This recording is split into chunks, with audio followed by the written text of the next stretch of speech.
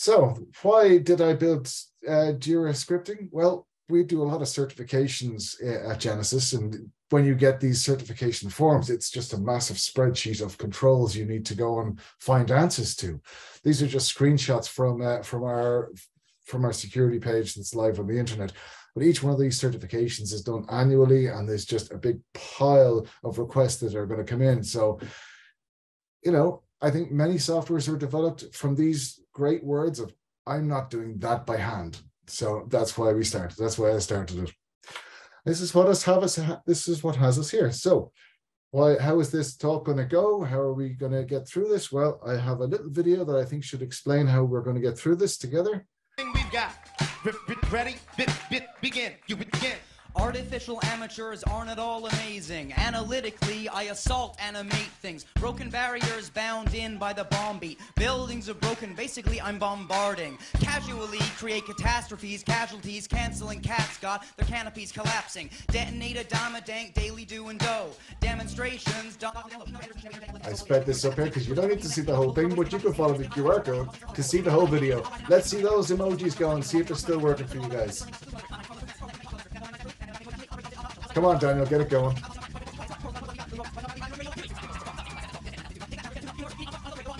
Violate vines that a vein make them vanish. Well, my word with a wise word Smith just weeded up words sweeping up. I'm a worship. Xerox, Max, radiation, old accessory, large X, height, letter, six telephone tones. Yellowback, yak mouth, young ones, yours. Yesterday's zones, all cells are yawns. Zigzag zombie, zooming to the zenith. Zero and sense, thoughts of a zealous from Zealous.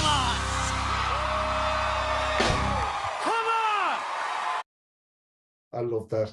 Just how excited he gets in the background. So my job for today is going to be to get us from A to Z of this Jira scripting journey that we're going to go on, going from the very basic where people maybe don't know how to get Python up and running, and we're going to start with something very small, or maybe people don't know about Jira, the very smallest part of Jira, and moving on to the more involved pieces. So we'll have something for everyone. We're going to try and get everyone up to the same level, and then we're going to show off what we can do a little further down the line.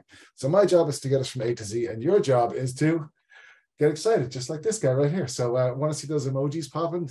Big love for Cremo and the guys that made this happen today. So here's the code. You guys get this straight off the bat. If you're in a rush, I know you guys are giving up some of your time, some of your lunch breaks, some of your early morning. If you want to grab the code and come back and ask questions later, my email is in there, lots. You can do that. There will be a lot of QR codes throughout this presentation. So if you have your phone handy, you can just grab the codes from there. So this repo has been nicely separated out into 5 different sections, and in keeping with our Daniel Radcliffe theme, we're going to use the alphabet and go from A to E first, and we'll just dive straight in. Get to know your Jira code instance. So this is the very smallest part. When you get set up, you've set up your new Jira instance, and I do recommend setting up a test environment. Don't go straight into your production one that you use in work. You're going to create a couple of stories. The instructions are all in the README on the repo. You're going to run this get to know your Jira instance file, which has been moved into part 0, get to know your instance, because this is how you need to open up your account to your security, create an API key. This is the first thing you need to connect the Python to your instance. Everything works in the API key, and that's in the .env file. All the instructions for that are in the README. We can go through that afterwards at the end, should we need to, if anybody has a question around it. So this is the code on the left and the output on the right for get to know your instance. So because Jira is so extensible, as things progress over time, when we start off with the basic out of the box instance, this is the output on the right. When this is built upon by your admins or by different teams making requests for different states that their projects need to be in, these will get added on, and you'll need to know these and reference these later on. So having this in a file can be quite helpful. That's just the problem when you allow people to name things, is that you can end up in situations like this. And this is the reason for keeping this file available to you as an admin when you're going to do things in an automated fashion. Now, maybe Bodie McBoatface doesn't mean anything to you guys. I know Sam knows all about this over in the UK. What happened was the government allowed the internet to name something, and Boaty McBoatface got over 100,000 votes to name their new research vessel. Now, the government had to step in and say, no, you can't do that, and they named it something really boring, but that's not the point of this talk. Boaty McBoatface is brilliant, but we don't want that in our Jira instance, or if it is in there or something is misspelled, we need to know about it. Let's get to know your instance and see what options you have available to you when you're setting things. We have a helpers file that you'll use as reference in there. We don't use it a whole heap in this presentation. It's used in the background, and this will be added to over time. This is a lot of methods that you can find in the documentation. I've just made them simple and put them into a file where you can import them into your project, and as I have into this project. So they're available once you download the scripts and get going. So that's getting to know your instance. Once we get in there, we're going to create a story. This is the very smallest thing you can do in Jira. As many people, most of you are on an Atlassian call, you're going to know what Jira is, and you'll have seen the very basic Jira. When you go in there and you use your create button, you just create a story. This is the smallest thing you can do. When we do this in code, we just use one API call using requests. So if you go to the documentation to find out how to do this in code, or you're by yourself, you go, okay, how do I do this in Python? You're going to end up on this page here. There is a QR code. You can go and look for it. But in Python, this is what they expect. This is what you're presented with. And it's a big pile of stuff that isn't necessarily needed to just get a story created on your instance. This kind of shows you every option that you can have, but not just, hey, I just want to create a story, guys, please help me out. So that's what this repo is for. And this is what the level 1 is doing. It's just going to show you the very smallest amount of code you need. And this is it. We need summary, project, where it's going to go, a description, the issue type, and the priority. And even priority you don't really need. That's me creating 3 stories right there. And if you have the code with you and you've filled out your .env file, you can run this as well. So this is gold straight away. And I did want to put this in early in the presentation because I know people's time is valuable. So a lot of the questions I've found in Stack Overflow is, how can I assign a user? And this is how we do it. We need to get all assignable users is how it's done. It's something to do with the GDPR regulations where you can't reference people directly by email address or get that email address back, but you can find out all the assignable users. There are some caveats to that. The user's name has to be made publicly available. That's public as in within your instance. So there's 2 methods in there. One is in the assignable users method, which is a separate method in the code base. So it's easily dragged and dropped into your own work if you're already working with something. The first one is get user by name. This is if the email isn't made public, and then user by email is when it is made public. Now the by email is much more valuable to you as developers because email isn't going to change. It's used all the time, and there's only 1 per person. There can't be 2 of them. Whereas a username could be spelled in different ways, could be hyphenated, may not be hyphenated, and there's a bit of guesswork involved. So you can't be 100% sure. So once you've imported the method, you can just feel free to use it, just call it, and assign it to as a JSON variable that you can then search later on. So that's the first piece of gold that seems to be being asked a lot in a lot of the questions forums, and that's how I do it. So wonderful. I did record this. So this is how you check that your email is set to visible, set to everyone. This is everyone within the instance, not the general worldwide public. So you can, if you're in a work instance, your instance of Jira is going to be managed. So this will be set for you. So it'll either be on or off. You won't get to choose that yourself. But when you have your own instance as recommended, and you want to go and set one up to test out these scripts, be sure you go in and set that to anyone. This is why we need it, because if you let people set their usernames, it could be anything, and you're left in guesswork town. If you're using an email, you know that email connects to that person. So moving on down, if we want to assign things, when we have something to assign, we're going to use that GUID. And this is done in the second file in layer 1. So we're going to go and get the account ID, or we're going to set it to -1. -1 is means unassigned. So, and that's a string -1. So we're going to set that. We can go and get this here from the file in all we're going to get all the projects, project key, project get assigned, single project with the project key. Project lead ID is going to get, we're going to get the project lead, get account ID -1, project lead display name. There's no name attached.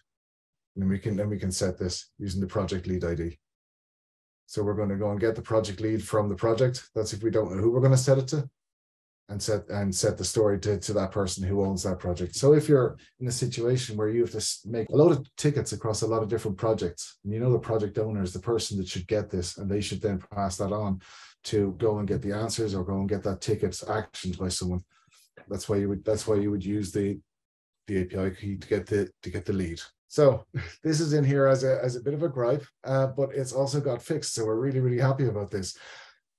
Jira tended to use custom field quite a lot. And when we were trying to attach a story to an epic, we had to go and figure out that custom field 10014 was equivalent to the parent of the story we wish to create.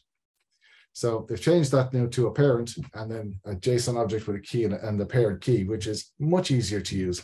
So thank you very much, Atlassian, for fixing that. That was a bugbear for a lot of developers. So we're going to introduce some reporting at this early stage, because as we build on, we want to keep more records of what we've done, not just that they have been done. So that last section in part 1 is just to introduce the idea of setting out a JSON object and then recording to that JSON object what you're doing as you're doing it. And then there's a little extra piece of turning that JSON into a HTML file that you can then ship on to a manager or someone else you need to report to, or for your own records. That is section 1 and 2. So we've covered how to get to know your own instance, and then how to create the basics, smallest part of Jira, which is just a story. So we've created a story and we've kept a record of that story creation as a JSON object. As you move further on, I want to start creating epics as well. So we've created a story and we've said we've discovered at the last part of the last chapter that it's now easier to create a story and attach it to a parent. How do we create the parent? It's remarkably similar to creating a story. There's just one extra field in it, and that's just the epic name. These are kept separate because of the way that they're built hierarchically. So the epic, once it's created, returns just an epic key, which we can then use to link epics together. So once we create an epic, we can create them. We can layer epics should we wish to do so. If we have a larger initiative, we want to have an epic that has a logical bunch of stories that are all related, and then a separate epic, but they're all part of a larger initiative. We can do that using the create epic link. So we can have an Uber epic up the top, and when we create that, it'll return its key. Then we can use that key to create further epics and then link them together. So this linking down below, then you can refer to what does your instance look like, and relates is one of the options there. So you can create epics that are related to one another. So there we have the output of that, which is an Uber epic created, and then we created 3 epics underneath it. Wonderful. So creating from the CSV. Now we're moving into a little bit more of the dynamic, and probably the reason you guys are all here is to how can I make use of this, not just create one single epic or write these things all out by hand. How can I start to automate things and really get some value?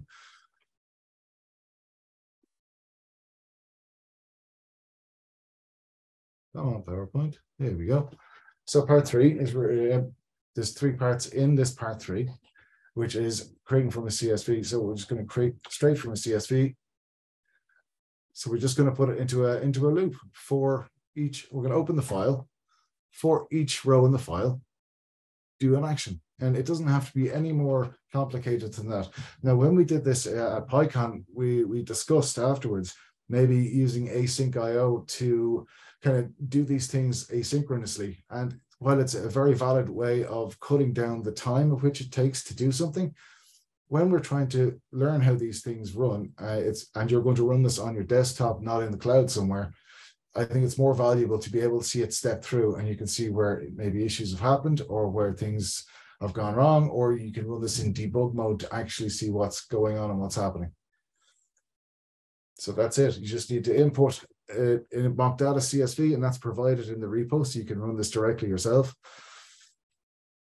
It goes in, opens the file, skips the header, and then for row and reader, it just takes the information from each row and fills it in using this F in Python is a formatted string. So that means you can use the curly braces to input data that you wish to put into, and it'll be represented as a string when it pops out the other side. So bringing up the quality. We all know that when you receive a document into your hand, you kind of see this if the quality of the document is good, usually the quality of the work is pretty good. So we want to move up from just having a single paragraph in your Jira ticket to something maybe a little more structured, a little more fancy, that, you know, if you were building it by hand, that you might do, having tables or lists or links or whatever it is that you might like to put in there to, you know, keep the quality up.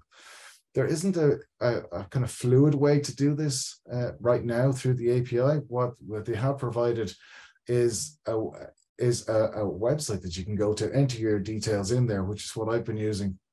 So when I save the time on the creation of the ticket, I can put some extra time into using the ADF builder. And if you scan the QR code there, it'll bring you to that. So just hello PyCon Ireland that we can see in the center of the screen. The section in red was the code produced to display that from within a Jira ticket when you do it by code, which is quite unwieldy. As you can see there, you can put in emojis and everything else. And there's a nice, you can format it really nicely. Then go in and use your format, the F string that we discussed earlier, to add in the variables where you want to change things out for your text that you have in your CSV file or in the spreadsheet. So that's how you go through each line, and you substitute in exactly what you want, and you end up with lovely fancy Jira tickets being created. Normally, in most companies, when you have access to your enterprise systems, you're going to have access to a lot more information. I tried to keep that out of this presentation because it wouldn't be standardized across companies or instances. So we just went with stuff stored straight into a CSV file that was generated by an AI system. It's just a load of nonsense, really, and put in there and hope for the best. Then we use the information in there to create a load of tickets automatically. So that is really the simplest way of going through creating tickets from a CSV file. It's just in a for loop. It can be expanded upon depending on your use case, but for the basic level, just using it in the for loop is really convenient and really easy to track and really easy to debug, so you can see if something's going wrong somewhere. If we move into the last section, this is where everything kind of comes together, and we can really start to do some of the harder operations. Once we've got the issue creation, epic creation, we can now link epics, we can assign issues to people, and we can now run through a CSV file, creating a lot of issues all in one go. So part 4 does get a little bit bigger, and then we have some extra stuff put in there. So adding in an email block. So you want to email out. So this is going to be required. You're going to require an AWS account for this, or a GCP account, but GCP doesn't have an inbuilt emailing function. In AWS, it's AWS SES is the name of it. So once you're signed in, you can send emails direct using an API call. So all it requires is a sender, the recipient who's going to get it, and you want to CC people, the title, and then the text, and then the body. I go make a nice fancy body, and then attachments, should you wish to attach them. So those little outputs of the HTML file that we mentioned earlier, the reason they're there is to build upon that idea that when you create a lot of tickets, maybe you have to send a report to someone, or you have to notify someone that job is now done. That's how you can do it. So there's the email body that I was pulling into that last story. And yes, love hearts are, are always recommended. You should definitely be putting in, keep things light, especially when you're dealing with compliance and security. Those little love hearts do help get you across the line. So let's put it all together. We can do some cool stuff if we just get all these things rocking and rolling, all in sequential areas, and we can expand upon the JSON that you're going to create. So if we want to keep a record, as we did, we kept a small record earlier, but if we expand upon that to keep more things, we just build it. We can store a JSON file, and if one exists already, we can import that back in and say, this is what we're going to use. Then we can go through the reader as we're going to go and do a job. As we do a job, we're going to hash that row. Now, you have to use an external, there's an internal Python hashing mechanism, but that's only accurate in the same session. So if you have a different session, different connection, the hash will be different. So you have to use a hashlib package to do this for you. I fell into that hole, was wondering why things weren't working at all. I had to go do some research into the Python inbuilt hashing mechanisms. So that's one tip there, is to make sure you use hashlib, and then you can set it to MD5 or whichever one you wish to use. So once you've hashed the row you're going to do some work on, store that into created so you can search on that later. Then do your job. This is me opening the init in here in stories. I'm storing the story keys. Story key is going to be the name, and then the date opened, assignee ID, hash. And you can add to this as to however much information you wish to store. This is going to be on your own machine, so it's not going anywhere. I have a list for reminders. Should I wish to send reminders, or should I need to send reminders? That's if the story you've created, you've notified and assigned to someone, you've emailed it to them, and still nothing's happened. It seems to have disappeared off into the ether. How do you follow up on these things? Well, this is a very handy way to do that. If you store this information, and as you go through it, you'll be able to, this will be creating the first three in a file, and that file is in the repository. So you can do this yourself once you've got your own test instance set up. So when I run through this and I only say I wanted you to create the first three, and off it goes, it'll create them. It'll store the file. If I try and create them again, it doesn't create any more. It won't recreate them because it looks on the hash and says, no, we've done this row, carry on. So if something were to be added to your list and you've used this system, it'll only create the rows that haven't been created already. So if, for example, if you've got some security in the security world, let's say you have some security rules that need to be checked, and someone's got into AWS or into GCP and run a check, and they've got, oh, this is the jobs that need to be done. Some of them have left port 80 open by accident, and you've gone and created tickets for all these lovely teams across multiple accounts. And the engineers come back to you and say, oh, we forgot to include a region. This is your actual list. And you've already created a bunch of tickets. If you have used this, it'll be able to scan through the rows and know exactly which rows have been created, and only create the ones that haven't been created. And it'll still store the whole lot back into the CSV file or into the JSON file. This is what the file looks like at the end when I created 6. So I have my created ones, which I can search through at the top when I come across a new row. Do I need to create this or not? Check by the hash. If the hash is in that list, continue. You don't need to create that ticket. If it doesn't exist, create the ticket, store the information, send a reminder if you need to do so. So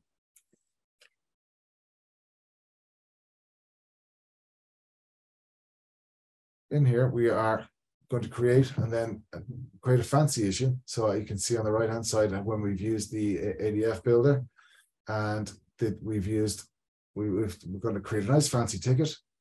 Then what's happened is this person hasn't responded. So we want to create we want to add a comment into this ticket. We also want to tag someone. So we use the information we already have from the assignable users. We can go through all the tickets that aren't in a closed state. So because we know there can be many different states of tickets as teams add to their states. Maybe they have it on hold, maybe they have waiting for response, maybe they have closed done, closed not doing. They can add in all these different states as they do, and as you probably see in your own companies. So we're going to look for the story status category. So there's Jira helpfully categorizes all these states for us. So we're going to go in and have a look for the stories that are not in a closed, or not in a done state.